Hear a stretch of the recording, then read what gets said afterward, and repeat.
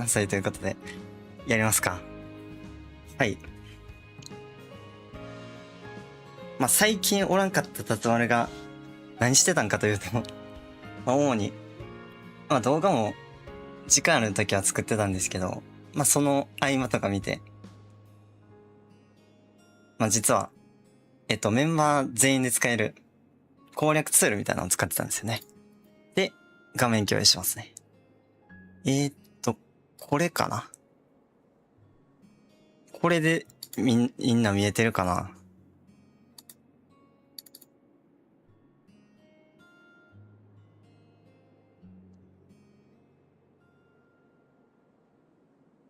見えてそう。多分見えてるな。はい。最強伝説ラボのツール兼公式サイトみたいな感じですね。で、まあ、最終的に、動画クリエイターとかやったら、イアナさんとかこのトップラインにアイコンとかつけて、おすすめ動画を順番に流せるような感じでトップは、まあ作ろうかなと思ってて。まあよくあるツールから説明しようと思うんですけど、まあ、計算ツールとかはね、よくあるタイプですね。まあ、このあたりちょっと、文字とか変になってるかもしれないんですけど、まあレベルやったらこんだけの資源が必要ですよみたいな、まず建築の計算機ですね。まあ、このあたりは、まあ、他にも出されてる方結構いてるんで、これ消えてる？なんか画面触ったら消えるとかあるよな。これって映ってます？これ一旦真っ暗になってないですか？なんか操作するたびに真っ暗なるんよな。映ってるんかな？気のせい、辰丸の手元だけ？これ映ってるっすか？まだ配信中ですみたいな。なんか画面タッチしたら暗くなってる気がするけど、これって映ってるっすか？で、次、育成コストっすね。これも基本的に簡単な計算ツールやと思います。英雄のランク1から何本いんねんみたいな。まあ、約1100枚入れますよみたいな。これほんまに映ってるかな？大丈夫？画面やったら真っ暗なんやけどな。で、まあ、紫とか正直いらんかなと思ったけど。はい。で、よくあるやつですね。で、宝石。必要、どれぐらいのアイテムが必要なんかなっていうことで。目標レベルにしたらどれぐらいの経験値。精錬やったら、精錬エナジー何個消費するみたいな。このあたりちょっとバグってるかもしれないんで、もしかしたらバグってるかもしれないんで、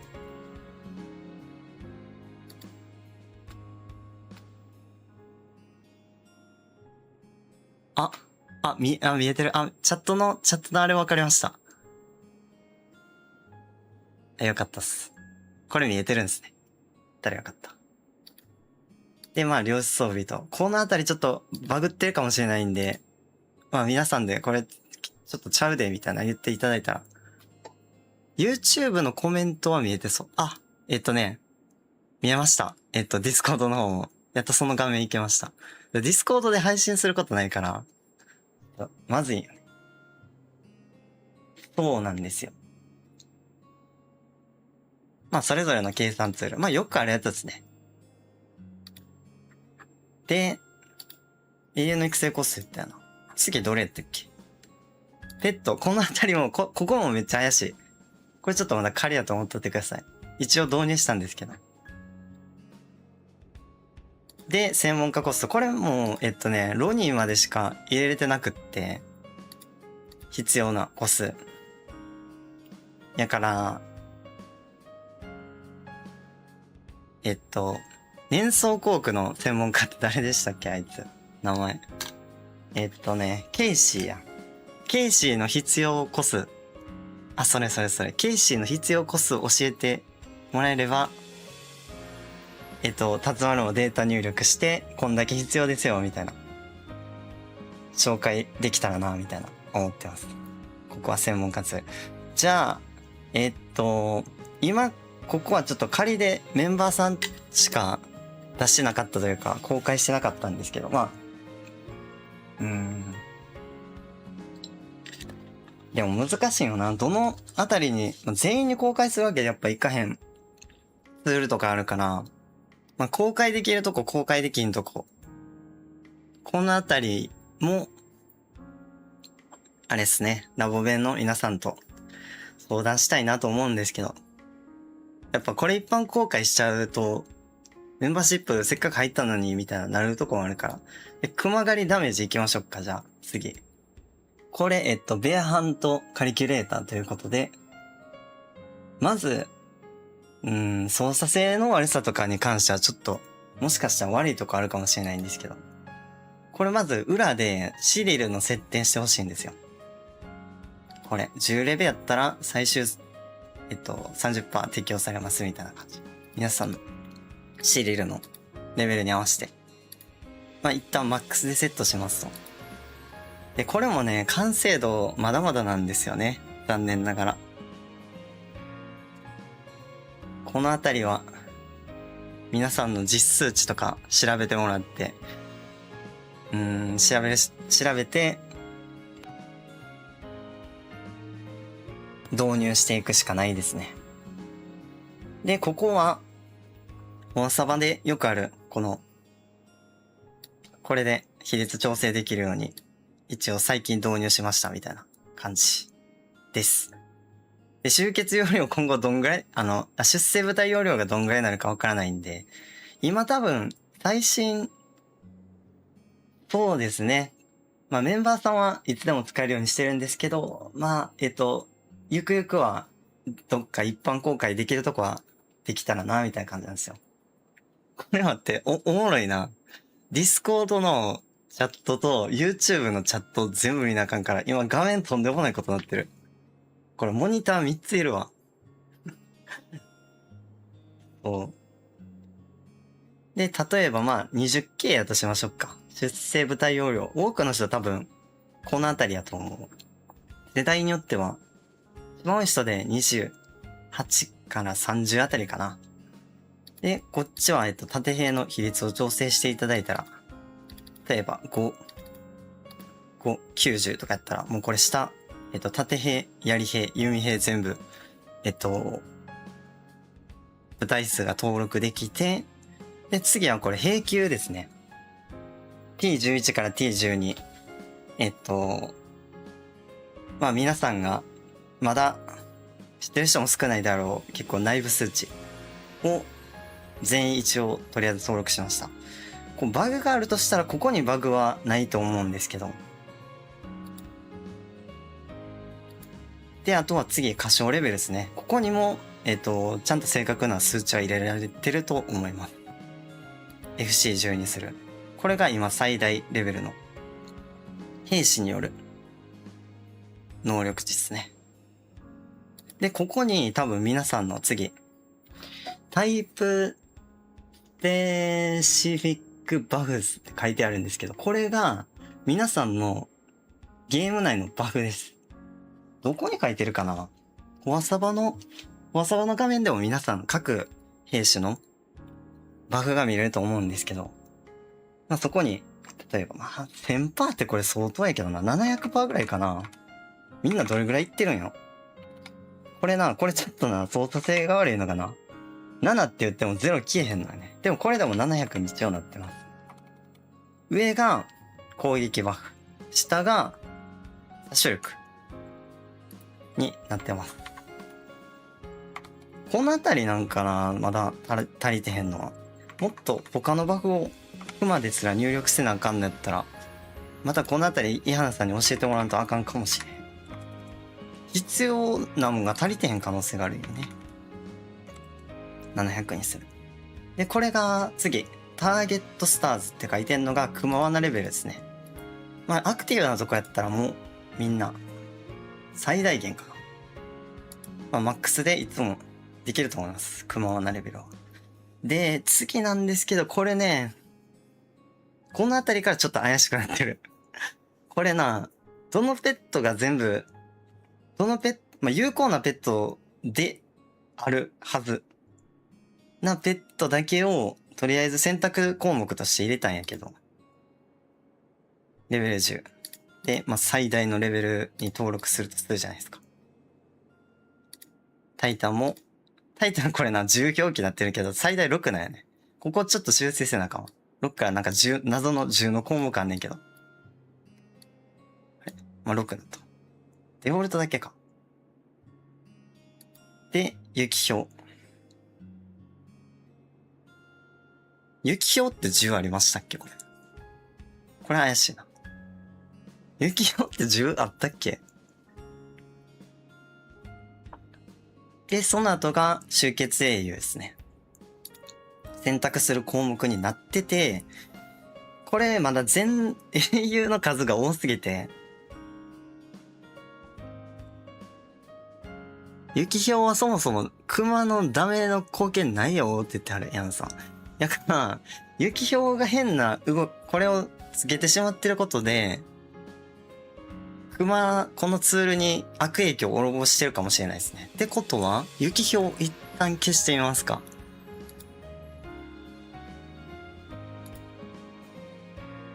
で、次、リーダーの英雄なんですけど、一応英雄ごとにこうやってスキルのデータを入れてるんですけど、まだ反映できてない英雄もあります。このあたりとかやったら、例えば、今僕の最新世代なんですけど、ハンク。あれはね、ちょっとまだデータが入ってないんですよね。追加ステータスとかが入ってないから。で、まだ最大値しか反映できないようになってます。で、例えば、ミヤ。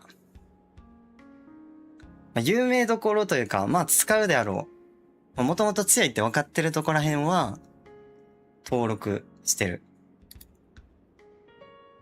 例えば、ルーファス。マックスにしました。こんな感じですね。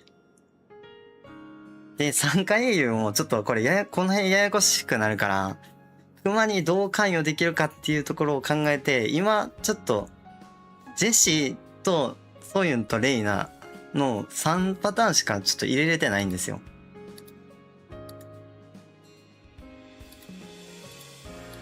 このあたりも今後メンバーさんにこういう効果やで、こういう効果やでみたいなのをちょっとより精度を高めるというか、解像度を高くして入力していかへんとまともな数値にはならへんのかなと思って。こんな感じ。で、セット完了。で、ダメージがどうかみたいな感じなんですよね。4.31B 出ますと。このバフなら。っていう感じになってます。ただ英雄によってはね、このあたりがね、怪しいとこあるんですよ。で、この編成なら、この比率、この人数、この編成なら、4.3B 出ます。みたいな形。で、これがシリル含めたボーナスですね。ここが 5.6B に期待できますと。多分これ平均っていうか、平均で出してると思うね。一回一回やっぱブレあるんで。裏で多分、10戦かな戦闘ぐらいを、同じ回数繰り返して、それの平均値を多分出してくれてるんですけど。で、最終的に、この比率あるじゃないですか。サイト離れちゃうとリセットされたらやっぱめんどくさいと思うんで。そうなんですよ。ルーファスはやばいです。もちろんそれまでの世代、10世代で、ブランシュとかやってダメージ出しても、全然、なんていうかな、めっちゃダメージ出ると思うんですけど、ルーファスはやばいですね。やから続きを言うと、これ、皆さんそれぞれ多分、サイト入るたびにめんどくさいと思うから、スロット1、2、3まで作ったんで、ここに保存できるんですよ。これもバグあって保存できんとかやったらまだちょっとな、わからんねんね。いろんな人に試してもらったことないから。保存できてへんよ、みたいなトラブルもあるかもしれない。はい。こんな感じなんですよね。これがまあ、主にベア、ハント、シミュレーターみたいな感じ。で、これ、ドミニクに関しては、これそもそも項目が違ってきちゃってるからちょっと怪しいんやね。もう、ほぼほぼ同じ数値で出てるけど、もうちょっと出るはずなんですよね。だからドミニク自体は登録が間違ってたり、やから皆さんが英雄使ってもらっていろいろ精査しないとダメな点があるかもしれないですね。英雄スキルみたいな。側はまあできてて、やから不要なペットがオンになってたりとか、このあたりを操作してもらって改善しないとダメかもしれない。ここは合ってるんですよ。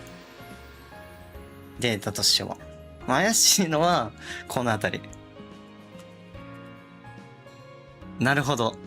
ここにあとヘンドリックのダウン系とデバフ系か。で、ソニアの別タイプの、あれか。ジャンルとしてはそうっすよね、イハンさん。ここにデバフ系の2種を入れて、あとソニアはあれでしたよね、確か。チェシーと別枠のよだめアップ。ちょっとジャンルが異なるから、そのあたりを登録すれば、もっと近しい制度になるんじゃないかな、みたいな形だと思います。まあ UI に関しても、まあなかなか使い勝手がいいようにはできてるとは思います。よく忘れるのが最初にシリル登録忘れみたいな感じかな。ここで、この、シリルボーナスのダメージ変わってきちゃうんで。って感じかな。はい。これが以上。熊狩り戦略ツール。そうなんですよね。まだ10個点やから、皆さんのほんまのバフに合わせて、状況に合わせてまだ細かく調整することができひんみたいな。やから皆さんがもしゲットした時の最大値しか出せへんのよね。特に英雄の専用装備とか10で固定して登録しちゃってるから。ただ、これも全部専用装備を1から、英雄として保管するとなると莫大な量やから、これ、どうなのな、スマホで動かせるんかちょっと怪しいのよね。まあ、これ他の、なんていうかな、他の辰丸が作ったツールとかにも共通して言えることなんやけど、まだやっぱりね、レスポンシブ対応っていうところが甘い。甘いというかまあ難しいとこなんやけどね。パソコンとスマホとタブレット、まあその画面サイズに合わせてレイアウトを最適化するみたいな。あ、ギリいけますですよね。そうなんですよ。で、登録まともにされてないやつとかあるんですよ。だからまだデータとして。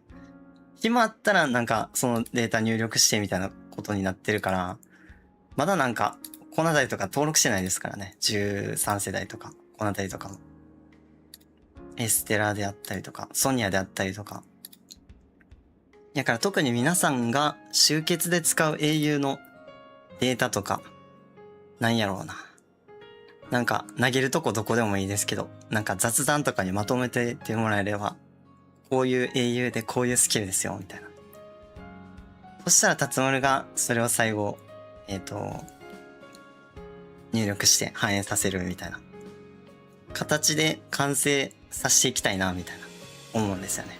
だからこれの基本的な構築ができれば、まあ、新種の英雄スキルでも来ない限りは、仮に17世代が登場した途端にばっかやとしても、もう初めからこの英雄を熊狩りやったら強いとか、そういうのがわかる。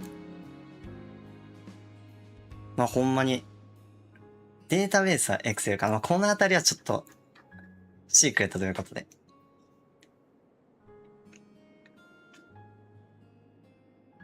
Excel をデータベースにして、まあ、その UI とかデザインして作ってるみたいなのとかも、まあちょっとまだね、そこはシークレットで。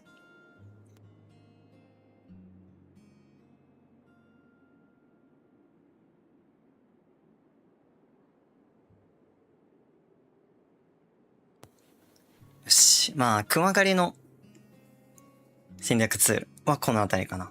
で、このちょっとペットのな、これ、このあたりもちょっと怪しいから、発動するスキル、しないスキルみたいな。了解。そうなんですよ。まだちょっと言えないところがあるから。はい、これが、ベアハントカリキュレーターでした。で、全然英雄によってはちょっと変に出てるとこがあるから、まあスキル自体もどっか間違ってるところはあるかもしれないから、まあ、できればいっぱい使ってもらえたら嬉しいですね。はい、次戻ります。で、これが主に紹介したいサイト1個目。熊狩りダメージ。で、ちょっと、これは、ちょっと恥ずかしすぎて思っちゃうから、これは、最終、イハナさんのコンテンツにしてもいいんじゃないかな、みたいな。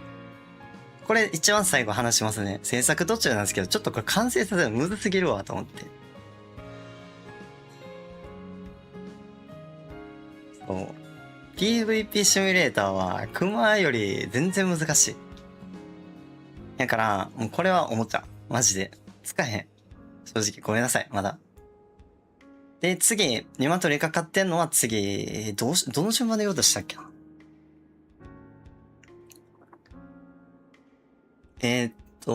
WS バリューじゃなくって次はどうしよっかな。なんでここの欄にないのって今思ったんですけど、まあ、ストラテジーって項目が上にあるんですよね。これ、タブをこっちに追加しなダメなんですけど、全然。ストラテジーを押してもらったら、これ WS プラントっていうツールを作りまして、これが、いわゆる戦略ツールですね。まあ、これはそこそこ自信作なんですけど、はい。でもまだ操作性に関しては、PC じゃないと、まあ、むずすぎる、操作するのが。やっぱなんかずれよるんですよね。この、矢印とか、マーカーとか。はい。で、WS プラント。まあ、一応、すべてのマップ登録してますよと。あれ出てこないな。出てきました。峡谷とかこれ、そうなんやな。あと、マップに応じて、その、コマンドというか、ね。これのサイズも変えんとあかんからな。で、太陽上線。で、僧侶の覇者。みたいなマップを一応用意してて、一応どれでも頑張ったら使えますよと。峡谷に関してはちょっと、コマがちっちゃく映りすぎるから、峡谷はちょっとな、まだ使えへんとは一応開放してるんですけど、操作性が悪すぎる。兵器甲状線と太陽上線は、まあ、いけるっすね。なんで、まあどういうツールか実際見ていきましょうかということで。まずなんですけど、これはどういうツールやっていうことからなんですけど、まあいわゆる戦略ツールっすね。さっきも言ったか。まず、これで、マップのサイズと大きさを固定してもらって、これで動かへんくなりますね。じゃないと、皆さんの、その、端末とか PC とかのサイズに合わせることをちょっとできひんくて、まあ、今のところこういうちょっと簡易的な処置になりました。で、ここグリッド吸着ってあるんですけど、これはコマンドを固定する用のもんなんで、常時オンにしててもいいな、正直。これは。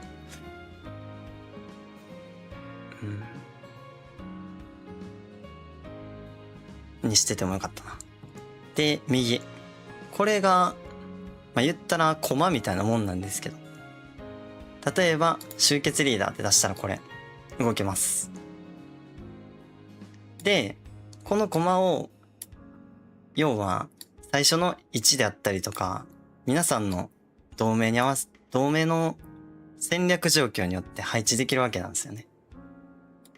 誰がここ来て、みたいな。だから事前に、この配置を決めたり、戦略を決めたり、まあなんか画像として残せるんで、まあそれぞれ皆さんのサーバーでの戦略会議とかにも使えますし、って感じかな。そうするためのツールみたいな。で、これダブルクリックしてもらったら、そのコマに名前を付けることできるんですよね。例えば、集まるみたいな。そしたらこれ名前、集まるってつきます。これどこでも移動可能。これなかなか良さげっすよね。これが、やから一番皆さんが一番使えるかなと思って。これがまだ一番、なんやろうな。共通して、全フォアサバプレイヤーが実用的なんじゃないかな、みたいな感じ。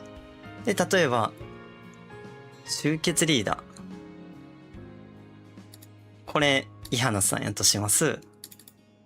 で、伊花さんみたいな感じで名前つけてあげると、これ、伊花さんってコマになります。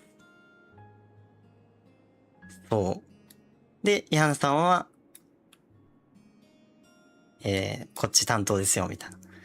で、これが、S が集結リーダーのサポートコマ。やから、伊花さんを補助するプレイヤーみたいな。例えば、Q さんやったら、キュッて打つじゃないですか。Q さん。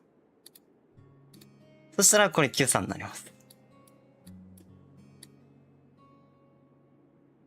で、伊花さんのサポートお願いします、みたいな感じ。で、フェーズ1これ最初から固定しててもいいんやけど、バリア張られてるじゃないですか。これやから使えへんって感じの、入室制限用のアイテムですね。これ正直あれやな。フェーズ1とかで分けてんやったら固定してもよかったかもしれん。まあ、言ったら最初こういう状況じゃないですか。3つ使えへんくて。で、例えばメンバー。これ、コマ。集まる方に3人参加してくださいみたいな感じだったら、これ3つに増やせます。クリックするために。で、クリックしたら、あれ、どこに増えるの？ここに増えるのか。僕らの方にもくださいっていうことで、はい。こんな感じで配置が決められるわけなんですよね。で、もう一人の集結リーダー、どうしましょうこれ。長谷川さんにしましょうか。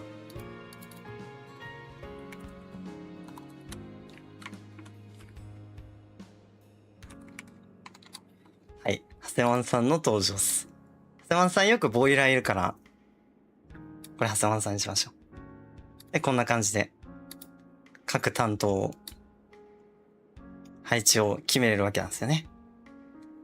で、次なんですけど、タクティカルスタンプってあるんですけど、これが、正直放置拠点と防衛拠点ぐらいしかいらんかなとか思いつつ、このあたりちょっと皆さんが、これあんま正直意味ないなとか、もっといい選挙スタンプあんで、みたいな。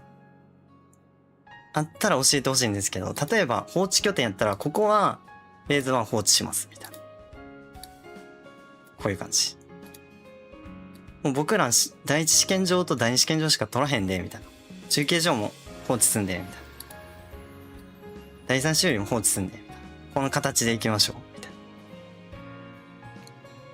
な。で、主に、もう第一試験場と、次防衛拠点ですね。で、第二試験場は絶対防衛すんで、みたいな。で、ボイラーもできたら、ハスさん防衛してお願い、みたいな感じで。こんな感じで。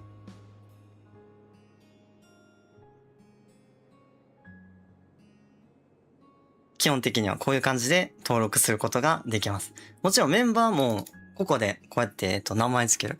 今、配信でいてはんのやったら、例えばカメニャさんとか、カメさん。こうしたら、カメニャさんになります。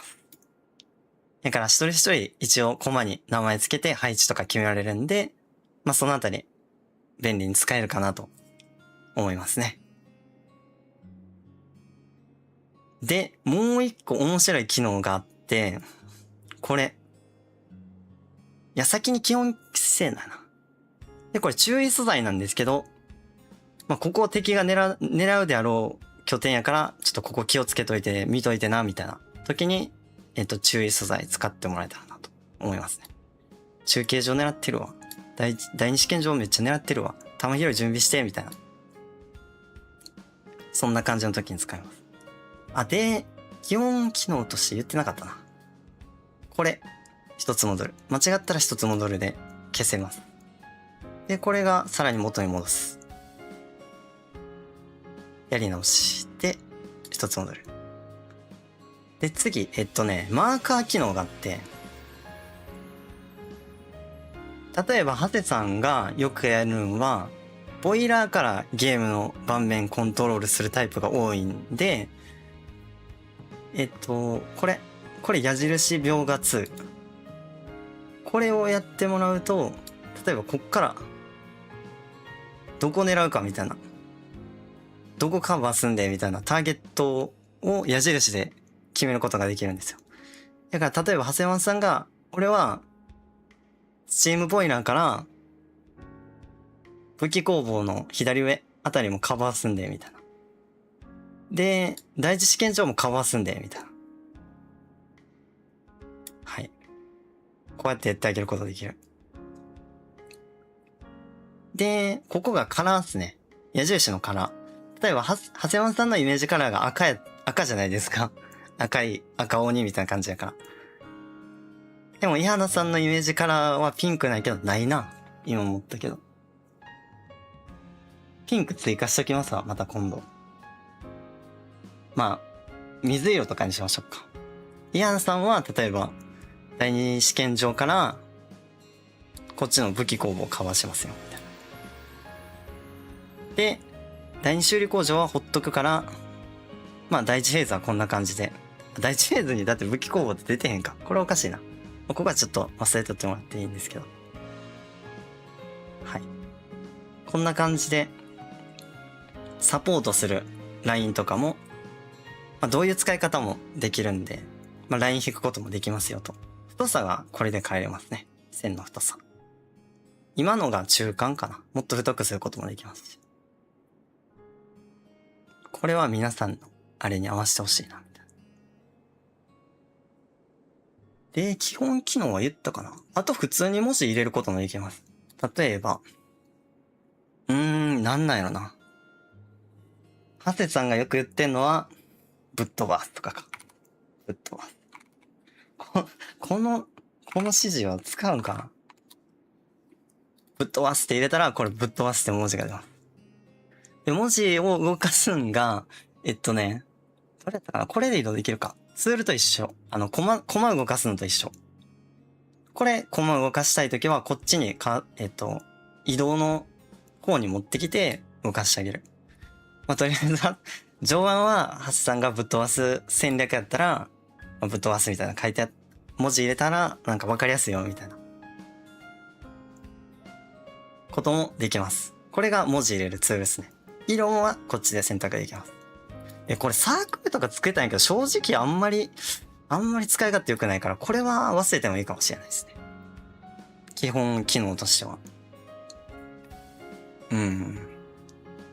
こんな感じかな。で、ここからがちょっと結構目玉な機能なんですけど、デバイスから画像を追加っていうことで、皆さんがカメラロールとか、まあでもスマホでこれ操作悪いからな。まあ PC で主に画像として保存してるものをコマとして入力することもできて、例えばもうこの簡易的なコマじゃなくって惑星を導入することもできるんですよ。これ画像ツールとしてこうやって直接コマを惑星することもできます。わかりやすいように。でもな、これまだな、あれなんよ。名前つけられへんのよね。これにも名前つけられたら、もっとなんていうのかな。皆さんのイメージに湧きやすいと思うんですけど。こういう感じね。これ、何の画像でも入れれるけど、まあなんか、アウトな画像とかあるじゃないですか。ちょっとダメダメな。まあ、そのあたりはちょっと考慮して、めちゃくちゃな使い方はしないでほしいなっていう感じですね。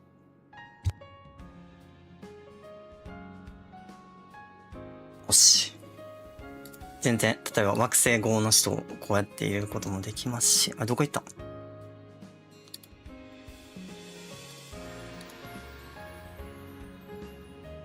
あら反映されんかった。いや、でかすぎるんか。でかすぎるわ。でかすぎる。なんか、待って、縦に縮んだ。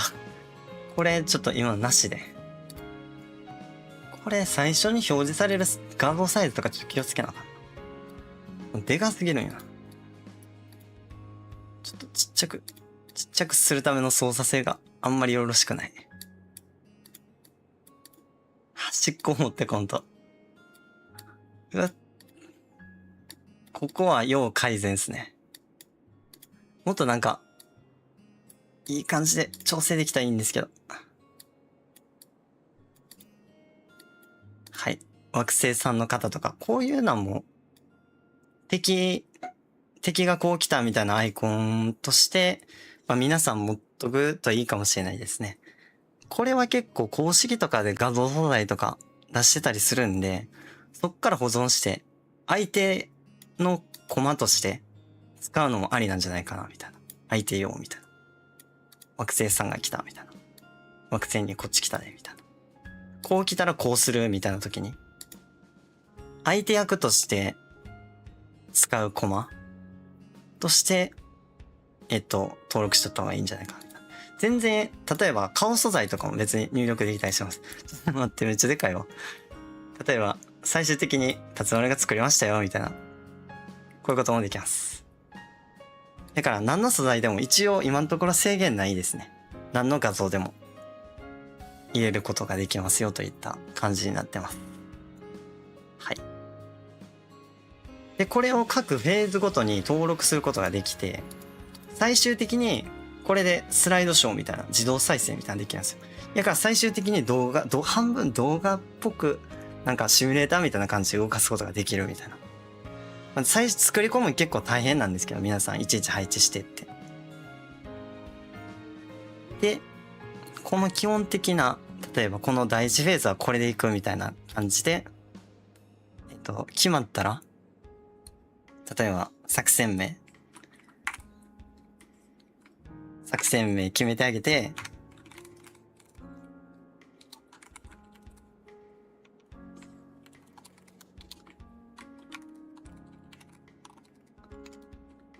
保存。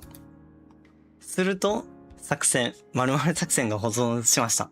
そしたらここに皆さんの前回の編集内でそう残るんですよ。これ良くないですか？はい。ここに皆さんの作戦として一度入ったら多分その作戦記憶されるはずなんで、ここでももしバグで消えてしまったらまたそのあたり教えてもらえれば、修正できるかなと思うんですけど。で、こっから作戦として、この作戦はこうやるみたいな、作戦ごとに皆さんの作戦を記憶することができるみたいな感じ。で、ここ見てください。これ共有リンクをコピーやから、この画像をリンクとして、例えばディスコード、他のメンバーに私が作ったからこれ見て、みたいな感じ。簡単に画像素材として共有することもできます、これ。ここがリンク共有コピー。今いけるかな？今作って、これできてるんかな？いや、なんかここ怪しいぞ。これ怪しいな。この機能ちょっと怪しいぞ。この機能ちょっとバグがあるかもしれん。で、次、これ。この機能ちょっと怪しいけど、ここで、ピングの保存みたいな。ここで画像として保存することもできます。これは作戦として内部に保存するのがこっち。で、画像データとして保存するのがこっち。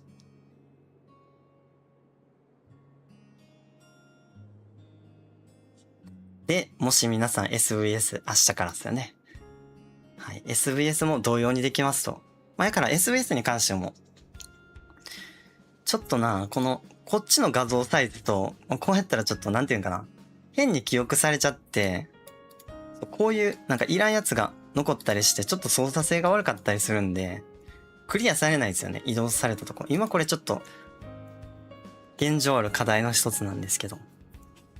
例えば兵器も保存して、太陽上線もやってみたいな直近で連続してやるとなんか画像が残っちゃうんですよ。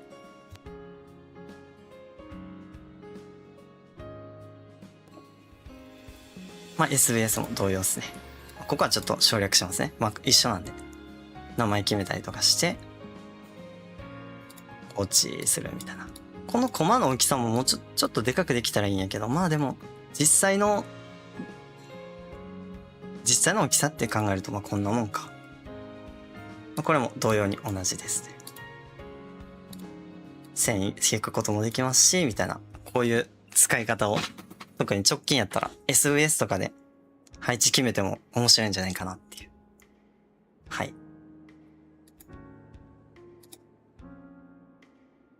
感じですね。そのマップのサイズの、なんていうかな、統一というか、このマップやったらこのサイズのアバターになりますよみたいなのが、まだうまく設定されてないから、この覇者とか、峡谷とかやとね、ちっちゃすぎるんよ。特にこっちやったら、マジ見えへんことないからどこにあんねんみたいな。これね、ちなみに見てください。こうなっちゃうんですよ。誰が見えんねんみたいな。ここにあるんですけどね。そう、顎ほどちっちゃいんですよ、線とかも。これ、マジでちっちゃすぎるんよね。これをなんかもっとうまいこと作れへんかなみたいな。だからちょっと峡谷と僧侶の覇者に関しては操作性が悪すぎる、まだ。ただ兵器と太陽城はマジで実戦導入可能レベルなんで。結構即戦力やと思うんで、戦略ツールとしては。はい、ぜひ皆さんも WOS プラント。まあでも誰が使えて誰が公開とかは、まあとりあえずメンバーさんと、このあたりはちょっとラボ面だけに開放しようかなと思ってます。まだね。うん。まあゆくゆくどうやって開放するかやな。集まるがまたなんか有料コンテンツみたいなのに作ったら運営さんから怒られるから。そういうのもできんからメンバー内でしか出せんのね。ただ無料公開するのもちゃうか、できんなみたいな感じでちょっと葛藤中なんですけど、どこまで無料公開してみたいな。さすがにこれは有料会員としての公開かなとはなるんですけどね。こんな感じと。主に使えるのが、まあ、兵器向上戦と太陽上戦って覚えててください。こういう、なんていうかな、消し忘れると厄介なことになってしまうとか、なんか操作性が悪い面があるんですけど。まあ、画像として残せますんで。これ、一旦消すの忘れたら、これちょっとな、一旦消すの忘れて次進んじゃうと、なんか変に画像残っちゃう時があるんやね。これ遡って消せへんから、ちょっとこういう細かい操作性がな、まだまだ。ってな感じです。ちょっと、一旦休憩しましょうか。ちょっと待ってくださいね。次は、まあメインツールの最終になるのか。最終にはなりそうやな。まあ最後、WS バリューについて紹介するんですけど、ちょっと待ってくださいね。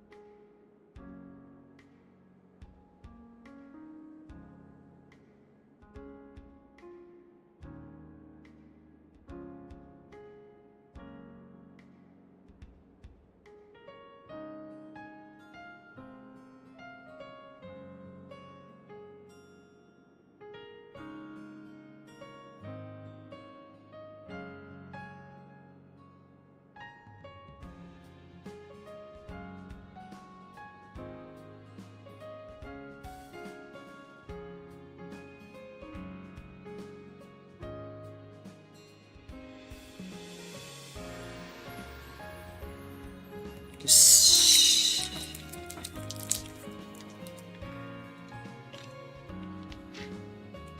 はい。次はまだ形になったというか、まあ、導入したてみたいな感じかな。主に、この、課金効率計算ツール。WOS バリューっていうツールを作ったのと、あとはもう一個 PVP シミュレーターを同時に作成してる。まあ、完成度で言うと、ストラテジー WOS プラント戦略ツールが、まあ7割完成ぐらいかな。で、熊狩りに関してもまあ7割完成ぐらい。完成度としては。で、WOS バリューに関してはまあ 10% ぐらい。PVP シミュレーターに関してはマジで 5% ぐらい。側しかほとんどできてない。で、次、まあ、3つ目。WS バリュー。これもね、美課金クラスには開放したくって、夏丸の方やったら150円課金というか、まあお手軽コースの人にもぐらいにも開放してもいいかなみたいな。でも一般公開はね、これ結構ね、データ丸々パクられるとかの恐れもあるからな。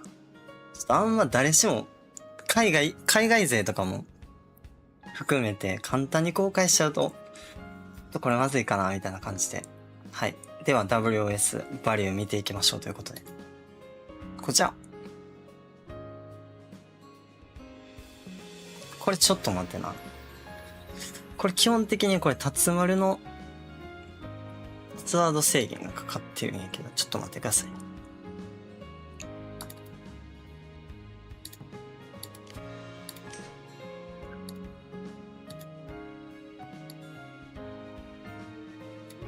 いけるかな？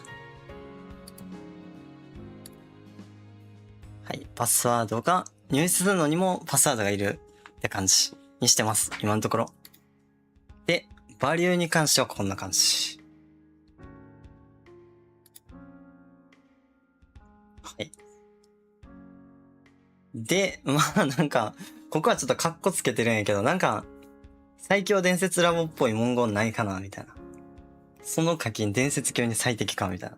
まあなんかかっこよくしときました。で、最強伝説ラボのカラーイメージって多分、まあなんか、金色みたいな。まあ伝説、まあよくわからへんけど、中二病みたいな名前じゃ名前やけど、まあインパクトあるんで、まあ伝説級みたいな。まあなんか、青と黄色みたいなイメージカラーなんで。まあ、生成しましたみたいな。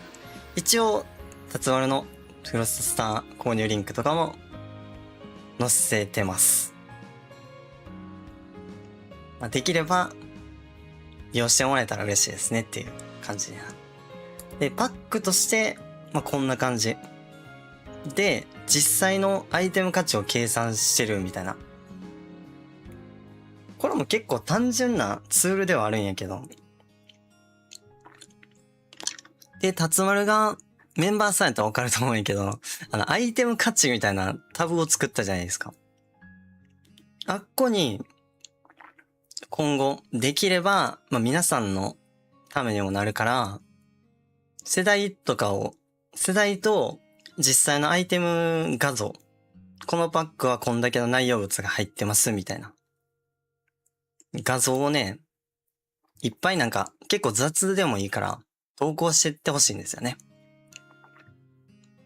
辰丸が見て、その実際データを入れていくわけなんですけど、これがな、便利ツールではあるとは思うんやけど、維持が難しいなと思ってるんですよね。これ管理できるかなって最終辰丸の手に負えるかなとか、データ量が膨大すぎて、ちょっとそういう心配はあるんですけど。そんな感じで思ってます。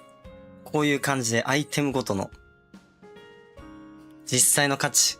これは Q さんリクエストですね。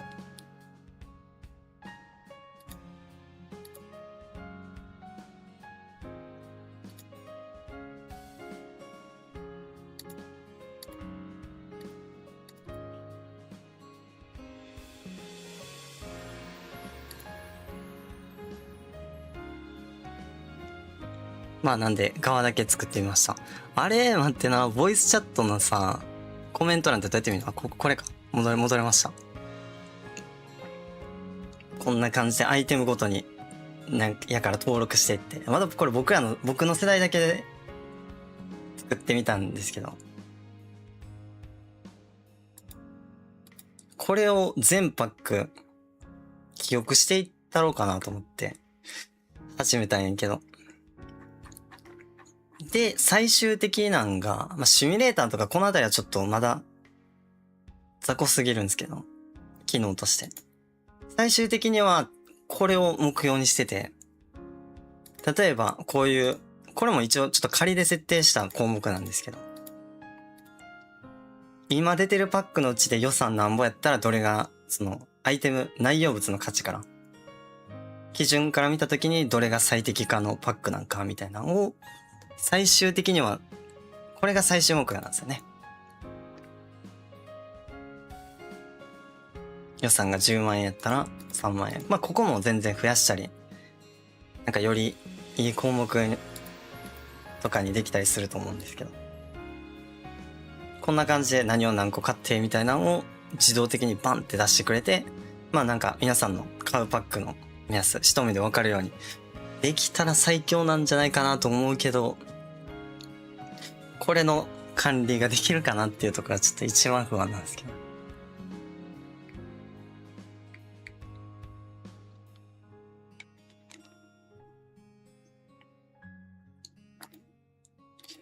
シミュレーターに関してもこれちょっとな、もう全部バーって出てごちゃごちゃなってるんよ。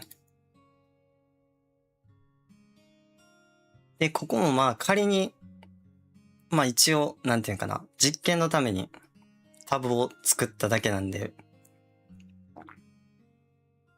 ここはよくある、なんていうかな、定期イベントの交換優先度みたいな。例えば、オーロラホップとかが今期間限定で開催されてますみたいな。時やったら、ここに優先度バンみたいな。で、これがなんぼですよみたいな。これマジで膨大な量のパックのデータを入力しないとダメみたいな。これやから最終的に維持できるかなっていう不安なところがあります。まあアイテム自体どんどん登録してってみたいな。まだ始めたばっかりですね。側だけちょっと綺麗になんか作りましたけど。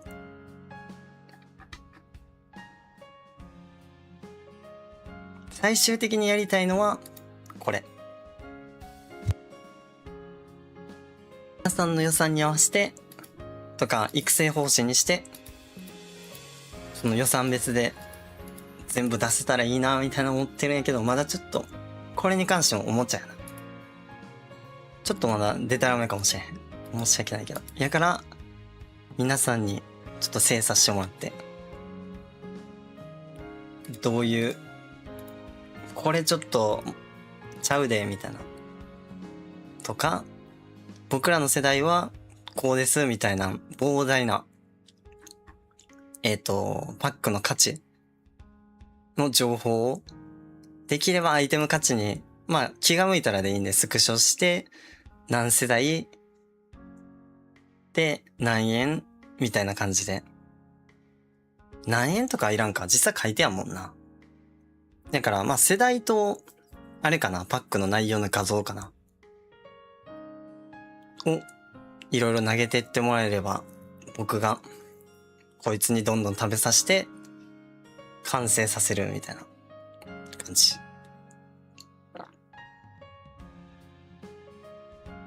バリューに関してもこんな感じかな、多分やけど。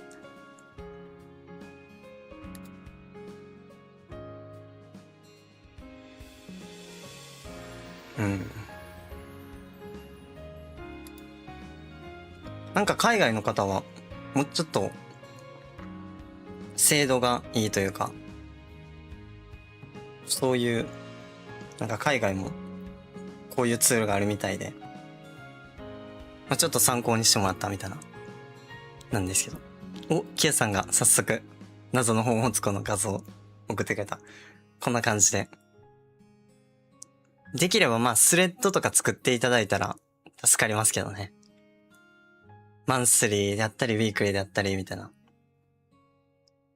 感じで、今やってるイベントの膨大な量。最終的に多分、みんなのためになると思うんで。だから何買うかみたいな悩まんくなってくる。機械的に決めるみたいな。これはまあ、ちょっとあれか。あんま見せたらあかんな。アイテム、価値 DB。データベースみたいな。で、まあ、これに立丸があれから、アイテムとして全部保管していって、みたいな。まあ、やから最初にでもこれな、今、立丸サーバー基準で作ってるから、これを皆さんの世代ごとに変えれる項目みたいな。何世代用みたいな感じで作ってったら、まあ全世代最終的には網羅できるとは思うけど、大変やろな、これ作るには。立丸、このアイテム入力するだけでもめっちゃ時間かかりました。もっとなんやろな、プログラミング、バケモンみたいな人が作ったら早いんやろうけど。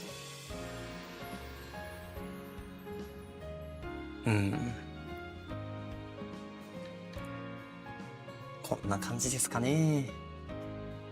これは特に美課金から重課金。まあ無制限に課金できる人は全く効果ないけど。まあでも、集結リーダーの方たちも、まあより、なんていうかな、必要なパックが分かれば、例えば惑星1のタイミングで全然惑星3に勝つみたいな、そういう感じで、お得なアイテムどんどん積んでいけるんじゃないかな、みたいな、思うんですけどね。これが WOS バリューでした。待って、これな、バリューからあれに戻る画面がないわ。今思ったら。これ。はい。ラボに戻る画面つけてないんですけど。こんな感じ。これがまあ、目玉機能の。何個目やん。熊狩りツール。WS プランと WS バリューが3つ目。で、まあ、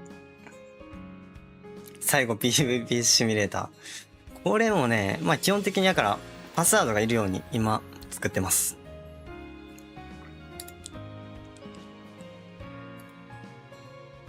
これがね、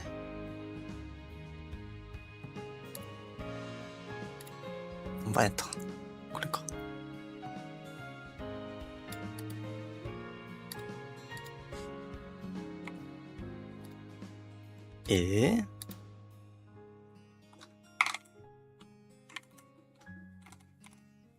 これで入るんじゃない？ OK。側だけ、かっこつけてるだけ、これ。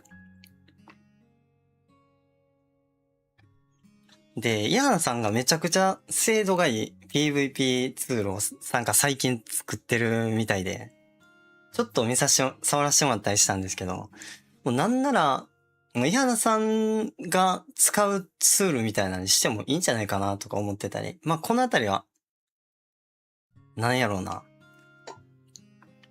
まあ、いろいろ相談して決めないとダメなんですけど。基本的には公開しないようにみたいな。まあなんか側だけ、UI だけめちゃくちゃかっこよく作って、機能に関してはマジでおもちゃすぎるんですけど。だから au とかがまともに登録されてない。こんな感じで出るよみたいな。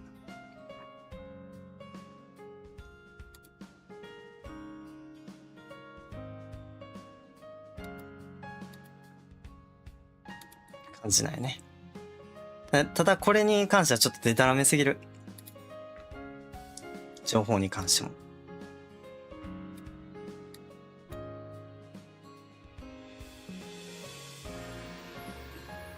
ただ、辰丸がその有料コンテンツみたいなのにこれを超過することって、辰丸はちょっとできへんかな。ただ、イアンさんは多分、イアンさんメンバー以外をなんか有料コンテンツとかにが使うには有料コンテンツみたいなにしてもいいんじゃないかなみたいな。イハナさんの成果物やから。まあそういう感じで最終的に作っちゃってもいいんじゃないかなとか思いつつも。まあやから公開できる範囲の簡易的なやつに仕上げてもいいし、みたいな。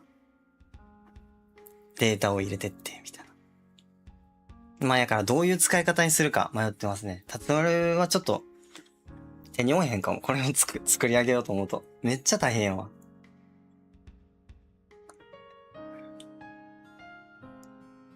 データ量も莫大になりますからね。英雄ごとに保管してってなると。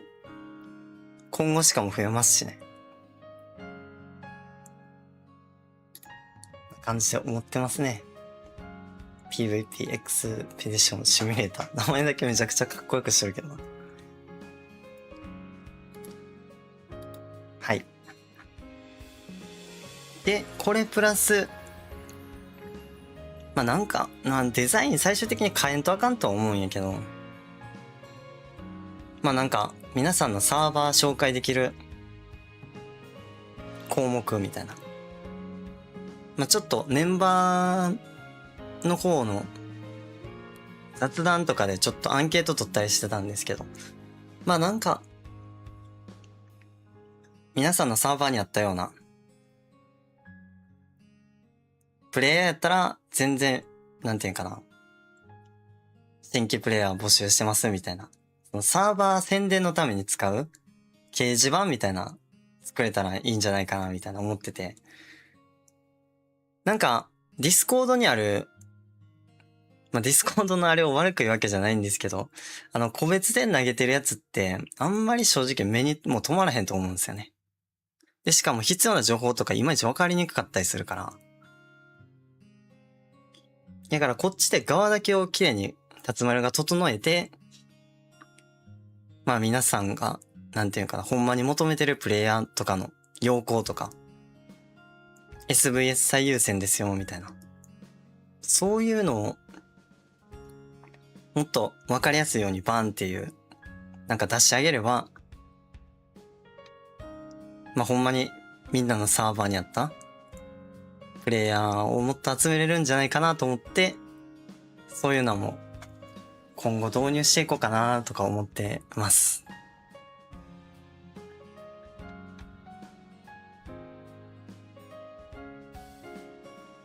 効果あるかは微妙なんやけどね。だって、ここに作るってことはさ、これが、めちゃくちゃみんなに使われへんと、そもそも宣伝されへんからね。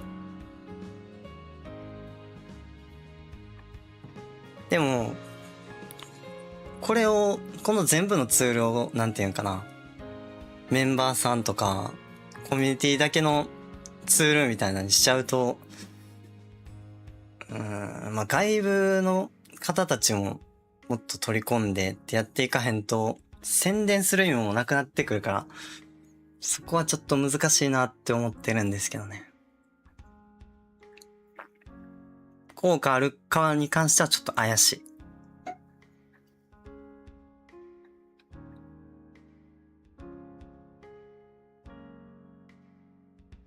はい、そんな感じ。で、もっとなんかこういうツール欲しいとか、こういう機能欲しいとか、ここちゃうで、みたいな。教えてもらえれば、都度辰丸が修正して、まあもう、最強なやつ、作りたいなと思って。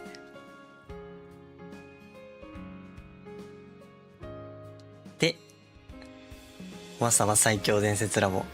まあこのディスコードグループ中心、このコミュニティが、もっと、いいもんになるんじゃないかな、みたいな、思ってますね。紹介するとこはまあこんな感じ。でもなかなか大変やったけど、これ PVP って何？そういうこと。これストラテジーがな、こっちにないのもそもそもわかんない。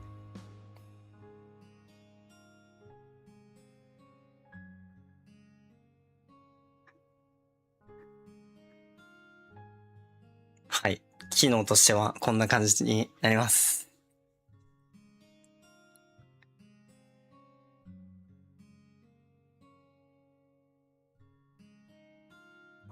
配信で何言ったかいまいち覚えてないけど、大丈夫かな。まあでも伝えなあかんことは、伝えれたかな。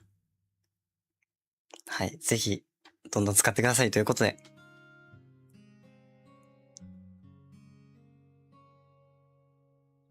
これ定期的にコメントってどこで見んの？ちょっと。伊原さんが、これやっとコメント見れた。データ入力部分は普通に人力じゃないとできんと思う。そして辛い。私のくっそ重いよ。ちょっと GPU ないと多分動かない。そっか。そういう面があるよね。確かに、例えば、その PVP ツールを完成させたとするじゃないですか。でも、その PVP を使いたい人の PC が、めっちゃいいグラボとか積んでないと、そもそも起動できへんくて落ちるみたいなやったら、みんな使えへんよねってなっちゃうよね。そういうことですよね、伊原さん。多分。そうそうそう。まず PC に課金してくださいみたいな状況になってしまうから。これな、そうなっちゃうよね。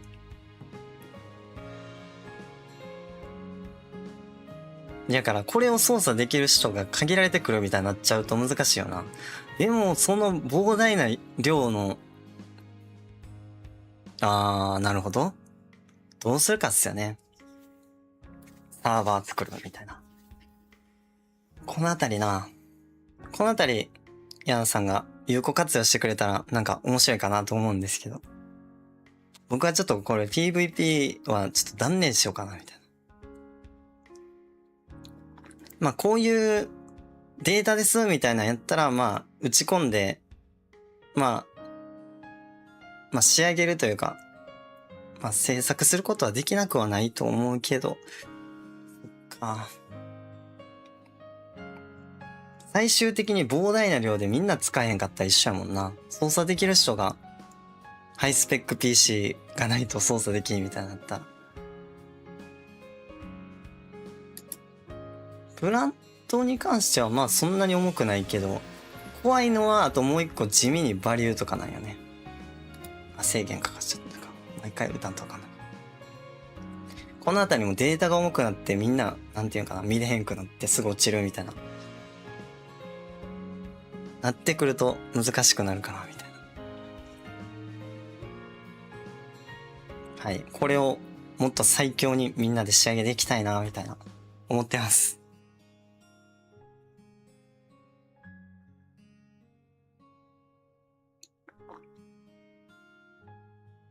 コメント少しありがとうございます。はい。なんか質問ありましたら、どうやって作ったみたいな、そういう、なんていうかな。そういうちょっと喋れへん部分はあれなんですけど、なんかあれば。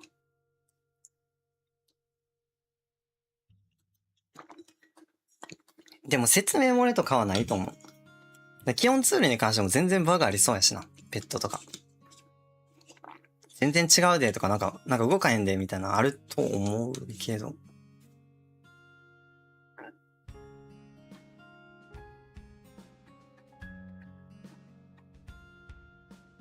でも説明したしな。ちゃんとプライバシーポリシーもちゃんと設定したし。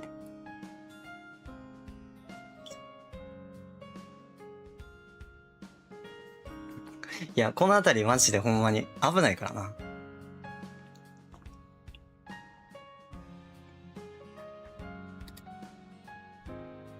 無料公開も、いやでも全部無料公開は絶対できんからな。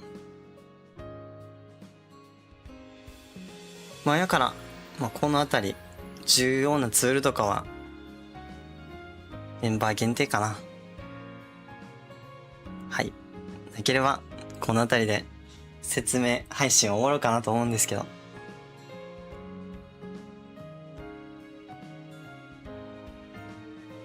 とりあえずやから、アイテム価値に関しては、投げ取ってもらいたいな。Q さんが枠作ってくれたし。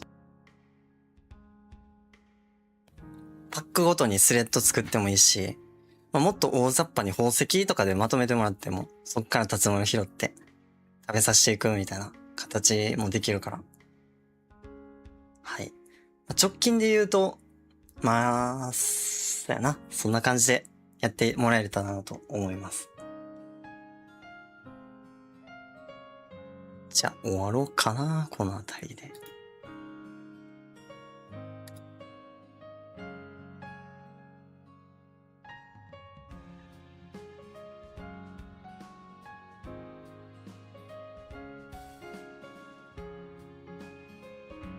普通にな、まあなんやろうな、悪いとこの方を教えてほしい。教えてほしいけどな。ここを使いづらいみたいな。そういう方がめっちゃ助かる。そこを集中的に直したりできるから。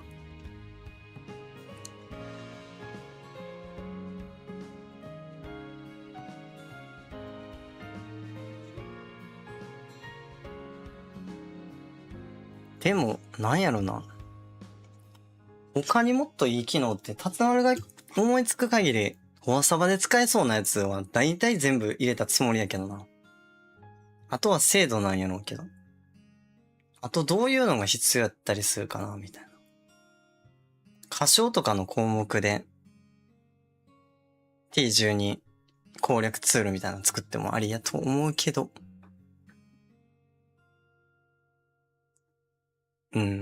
欲しい、そうやな、欲しいツールとか、計算機であるとか。あってもまあ、なんか、あったらなんか、雑談とかに全然軽くパッて投げといてもらえたら、検討しますね。はい、では、ちょっと初配信というか、ディスコードで喋ったんが初やから、なんか、何喋ったかいまいち覚えてないけど、はい、今日は見てもらってありがとうございます。まあ、完成させるように手伝ってください。では、今日はこの辺りで終わります。お疲れ様でした。